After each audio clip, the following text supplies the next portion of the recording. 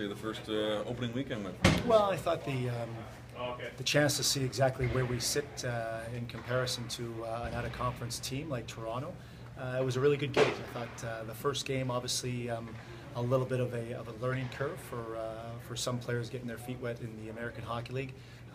But I like the fact that we pushed back at the end of the game to draw ourselves close. Second game, I thought the structure was a lot better.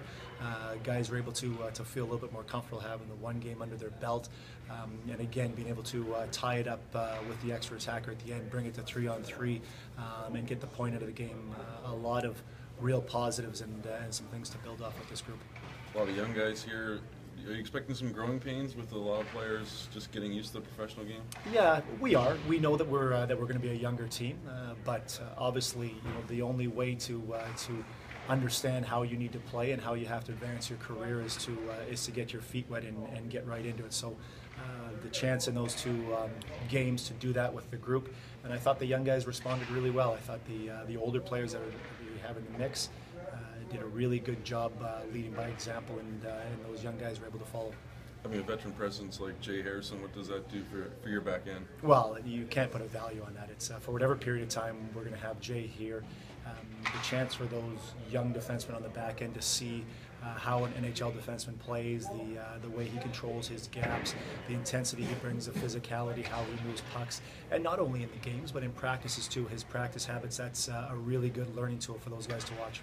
Did you like that pairing with him and Kosteluk in the first weekend? Yeah, it's not by fluke that happened. We obviously put that together for a reason. You have a first-year defenseman has a chance to work with a veteran guy in Harrison and help him out with any issues that come up on the ice.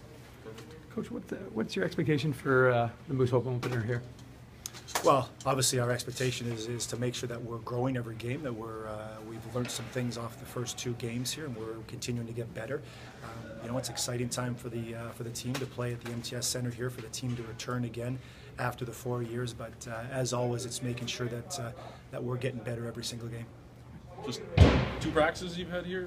We've had the 2, yeah. We initially, when we saw the schedule, we wanted to have an opportunity to look and see, instead of it just being a warm-up before the game, get a chance to come to the MTS Center, new dressing room, guys get a feel for what the ice is like, get a feel for what this room is like, so it's not a last-minute thing just before the game. So yes, 2 practices, and then we'll get right into the game. I think that was important to get in here? Very important.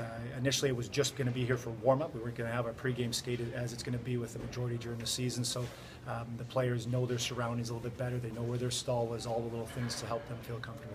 How have you found the adjustment to Winnipeg?